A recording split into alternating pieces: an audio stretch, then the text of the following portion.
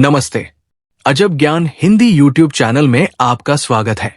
आज हम आपके लिए लाए हैं अकबर और बीरबल की एक नई कहानी, जिसका नाम है अकबर का अहंकार। तो शुरू करते हैं आज की ये कहानी। मुगल सम्राट जलालुद्दीन मोहम्मद अकबर इतिहास में एक अद्भुत शासक माना गया है। उसकी वीरता, दूरदृष्टि और प्रशासनिक बुद्धि ने हिंदुस्तान को एक नई पहचान दी। परंतु हर महान व्यक्ति के भीतर कभी कभी अहंकार की छाया भी जन्म ले लेती है। जब शक्ति, सम्मान और वैभव अपनी चरम सीमा पर पहुंचते हैं, तो मनुष्य भूल जाता है कि सच्ची महानता विनम्रता में है। यही कहानी उस समय की है जब अकबर के भीतर धीरे धीरे एक घमंड ने सिर उठाया और फिर उसी अहंकार को बीरबल की बुद्धि ने तोड़ा। साल 1578 का वो समय था जब अकबर का साम्राज्य कश्मीर से लेकर बंगाल तक फैला हुआ था। दरबार की चमक दमक देखने लायक थी।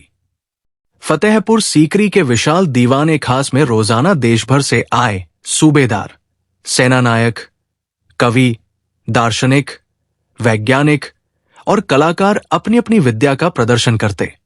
अकबर का नाम सुनकर दूर दूर के राजा भी भय और आदर से कांप उठते।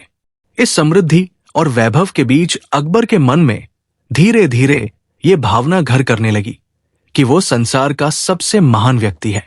उसके निर्णय ही अंतिम है, उसकी इच्छा ही विधि है। वो सोचने लगा कि उसकी बुद्धि और शक्ति का कोई मुकाबला नहीं। बीरबल, तानसेन, राजा टोडरमल और राजा मानसिंह जैसे नवरत्न उसके दरबार को और भी चमकदार बनाते थे।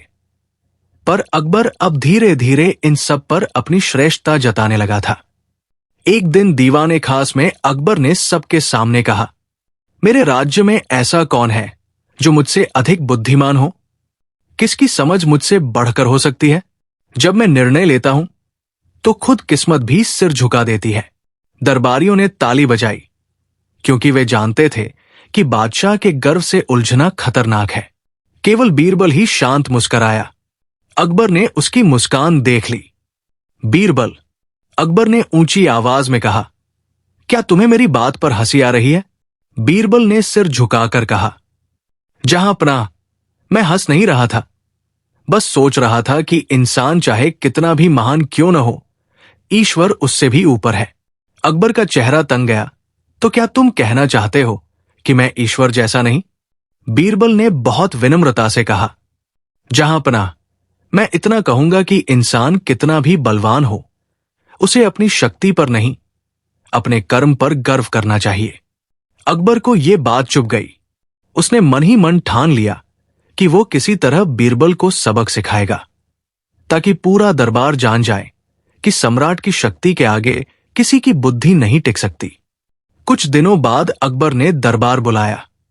सभी नवरत्न उपस्थित थे। बादशाह ने कहा, आज मैं सबके सामने एक घोषणा करता हूं। मैं खुद अपनी बुद्धि की परीक्षा लेना चाहता हूं।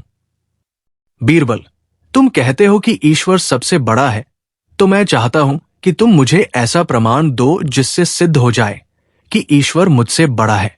अगर तुम नहीं दे पाए तो समझो तुम्हारी विद्या झूठी है। दरबार में सन्नाटा छा गया। बीरबल ने शांत स्वर में कहा, जहांपनाह, यह प्रश्न बहुत गूढ़ है। ईश्वर सर्वव्यापक है, उसे किसी एक रूप में दिखाना असंभव है। पर यदि आप आदेश दें तो मैं अपने तरीके से आपको उत्तर दूंगा। अकबर ने मुस्कुराते हुए कहा, ठीक है बीरबल, तुम्हें 7 दिन का समय दिया जाता है।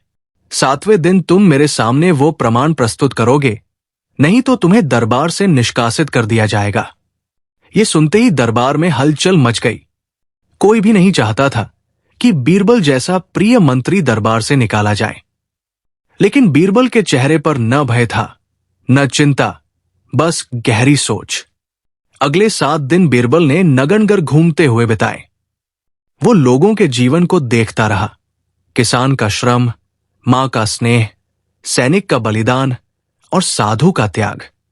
उसे समझ में आने लगा कि ईश्वर की महानता किसी रूप में नहीं, बल्कि उस जीवन शक्ति में है जो हर जीव में व्याप्त है।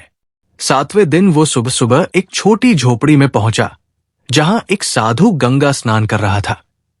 साधु ने मुस्कुराकर कहा, बेटा, मनुष्य का अहंकार वही तोड़ता है जो उसे बनाता है परमात्मा। बीरबल ने उसी क्षण निश्चय किया कि वो अकबर को उसी की भाषा में उत्तर देगा, एक ऐसी घटना के माध्यम से जो उसके मन को भीतर तक झकझोर दे। 7वां दिन आया। दरबार सजा हुआ था। अकबर अपने स्वर्णासन पर बैठा था और सब दरबारी मौन प्रतीक्षा में थे। अकबर ने कहा, तो बीरबल, अब बताओ, क्या तुम साबित कर पाए कि कोई मुझसे बड़ा है? बीरबल ने हाथ जोड़कर कहा, जहां पनाह, मैं स्वयं नहीं बताऊंगा, एक छोटा सा बच्चा आपको उत्तर देगा। अकबर चकित हुआ।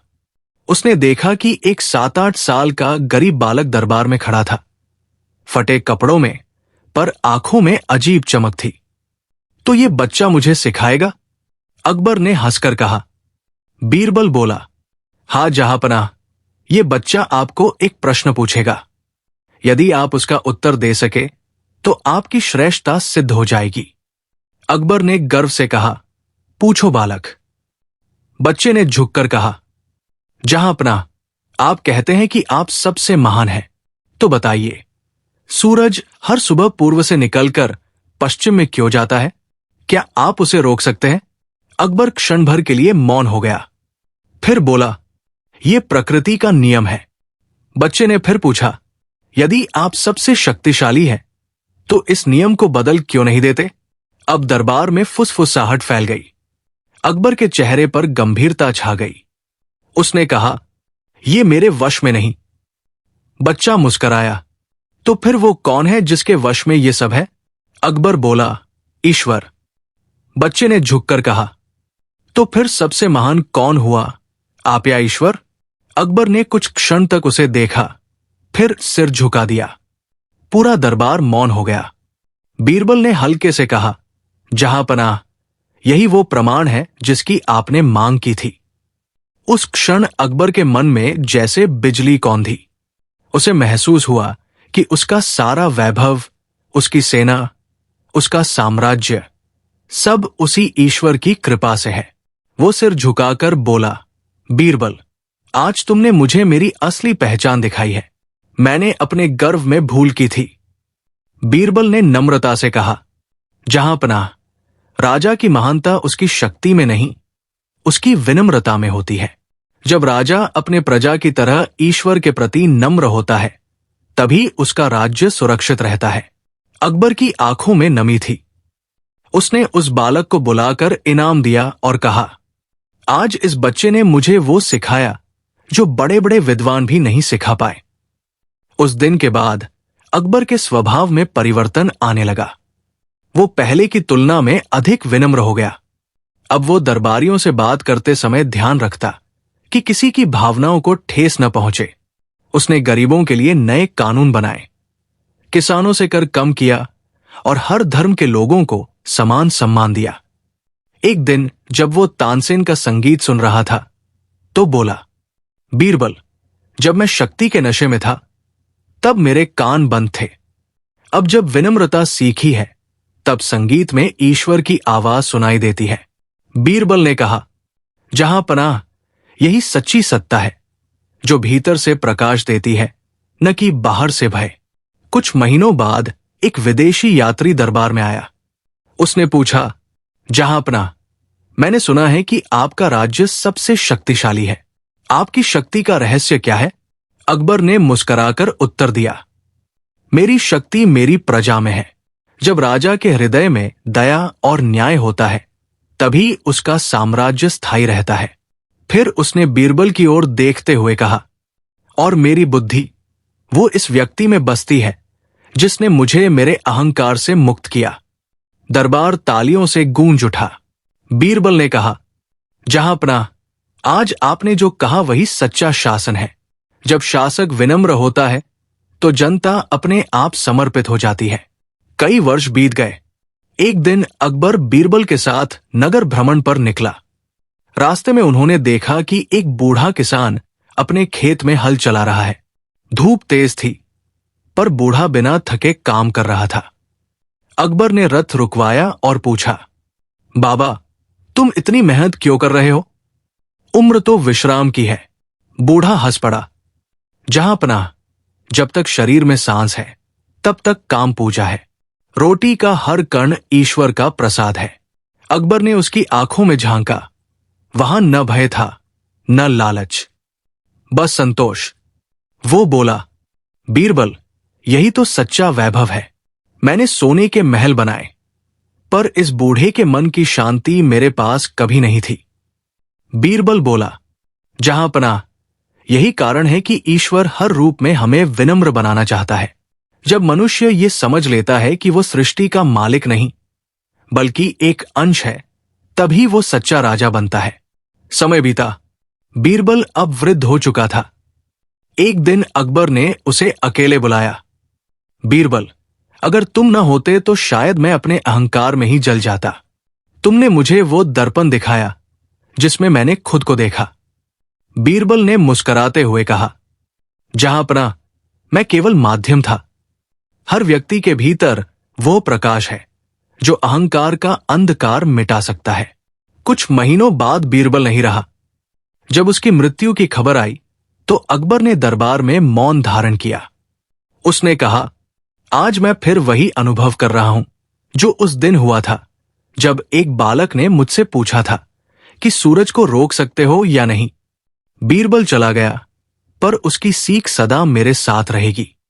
अकबर की कहानी हमें यही सिखाती है कि जब सत्ता, धन और प्रसिद्धि के बीच मनुष्य स्वयं को सर्वोच्च समझने लगता है, तब उसका पतन आरंभ होता है। बीरबल जैसे बुद्धिमान व्यक्ति ही उसे ये याद दिला पाते हैं कि विनम्रता ही सच्ची महानता है।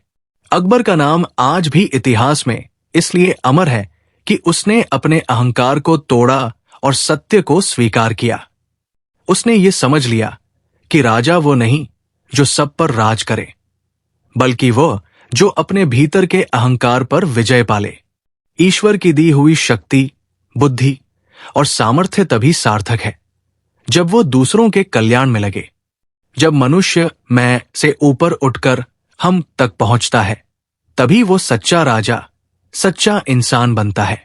अकबर का अहंकार टूटा, पर उससे जो प्रकाश निकला, उसने इतिहास में ये अमर संदेश छोड़ दिया कि अहंकार अंततः नाश का कारण बनता है और विनम्रता अमरता का। उम्मीद करते हैं कि आपको हमारी ये कहानी अच्छी लगी होगी और इस तरह की और भी कहानियां सुनने के लिए हमारे इस चैनल को सब्सक्राइब कर लें और अपने दोस्तों मित्रों को भी शेयर कर दें।